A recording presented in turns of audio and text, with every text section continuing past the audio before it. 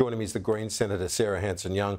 We've got a lot to talk about. Let's start with Elon Musk, though, because he's pushing back on Anthony Albanese. Just a few moments ago, Jackie Lambie was in the studio. She says she's getting off Twitter. She's turning it off on the way to the airport today, calling on other members of Parliament to do the same. What's your thinking on it? Well, let me just say first up, I think the behaviour of Elon Musk and X, Twitter, has just been appalling. And they clearly have no social conscience. They clearly have no intention of being a good corporate citizen.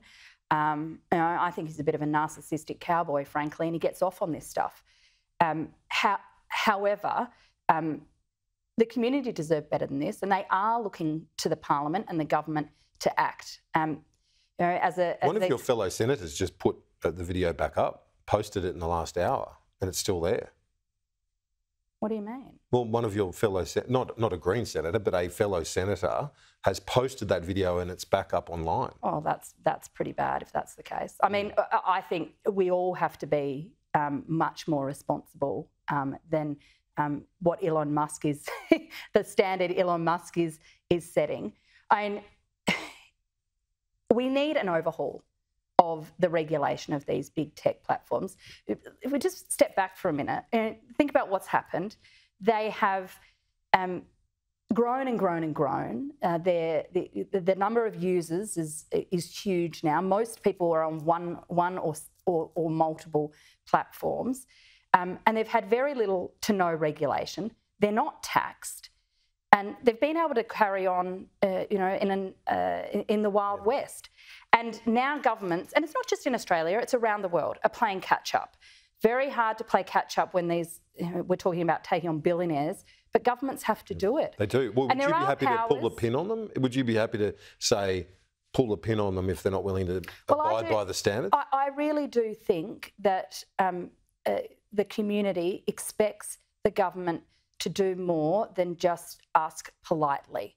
Rules that ask for things to be taken down. A lot of the damage is already done. We need to be getting to what really drives this. We have to dismantle their business model.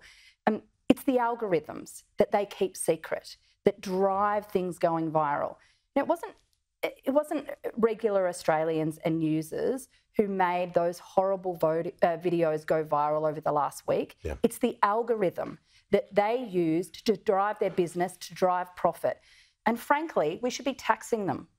I mean, it just blows my mind that these companies come to Australia, they've got millions of users, they take the users' data, they sell it as advertisers, they make billions and billions of dollars, and they give nothing back to the Australian people.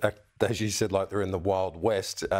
Let's look at another story that I know you've been focusing on this week, and this is the government's own carbon neutral labelling program. It's basically where companies can go to the government and say, we're carbon neutral, give us the label, they'll pay for it.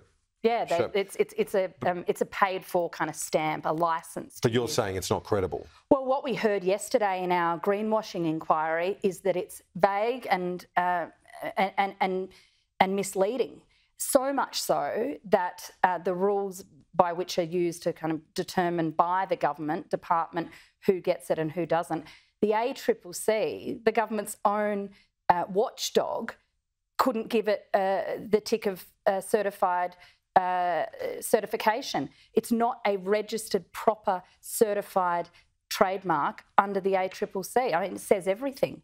But isn't it good that companies want to be green and to be seen to be carbon neutral? Isn't that a good idea? Look, I think this whole issue of greenwashing is getting is rife, and it's becoming a bigger and bigger problem. And the reason it's becoming a problem is because consumers and everyday people, they are worried about the environment. They are concerned about the climate, and they want to be able to do what they can. So if you're at the supermarket or you're deciding who your energy provider should be, or what cleaning product you're going to buy, or what type of clothing brand you're going to use, if you can make a decision that is better for the environment, people want that option and they want to take it.